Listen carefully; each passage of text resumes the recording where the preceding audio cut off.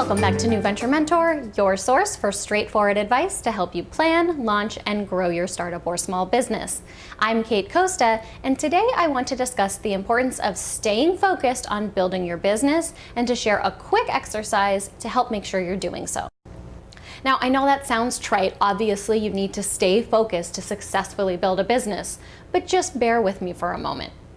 In my work with business owners, one of the first things we do is discuss the barriers to success that the business owner is facing. Inevitably, we end up spending a lot of time talking about problems that are deeply frustrating to business owners, but that are macro issues, not micro issues.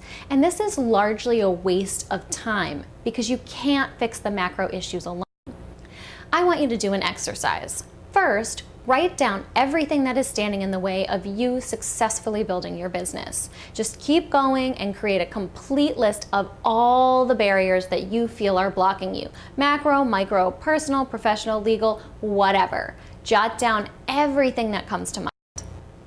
Second, separate that list into those barriers over which you have control and those over which you have no control.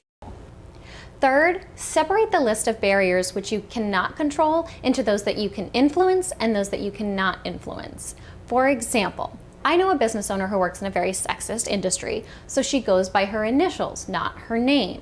She obviously has no control over the sexism, but she can influence how and when it begins to affect her by not making her gender apparent until she's well into the proposal process and the buyer has already more or less bought in and decided that she's the best. Now that you have your three lists, those things that you can't control and influence, those things that you can't control but you can influence, and those things that you can control, immediately stop thinking about anything you can't control or influence during the time you're working on your business. It's a waste of time and energy, and it holds your business back. For those items on the list of things that you can't control but you can influence, what's your strategy for nudging things closer to being in your favor? What's your version of using your initials instead of your name?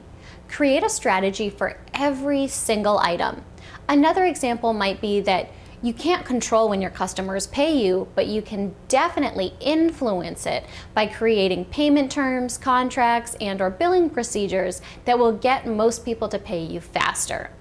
If you decide you really can't come up with a strategy for an item on this list, move it over to the can't control and can't influence list and stop thinking about it. For those barriers on the list of what you can control, come up with a strategy for how you're going to deal with it. For example, if you need a loan for a piece of new equipment, but your personal credit score is a barrier, get with a financial coach and implement a plan to improve your credit score so that you do qualify. This is what separates the business owners that will succeed from those who won't. Taking ownership of what's in their control and doing something about it while not spending time and energy on what they can't control. Now, to be clear, when I say don't think about it, I mean during the time that's meant for building your business. Many of the barriers you'll see in the can't control pile are major social problems like racism and sexism that absolutely should be dealt with. The key, though, is that you understand that attempting to combat these macro issues is something that you're doing because it's the right thing to do and you care deeply about improving society. It's not something that you do because it will help your business. These problems are simply too big and will take too long to fix for your business's growth strategy to be to eliminate racism in contracting.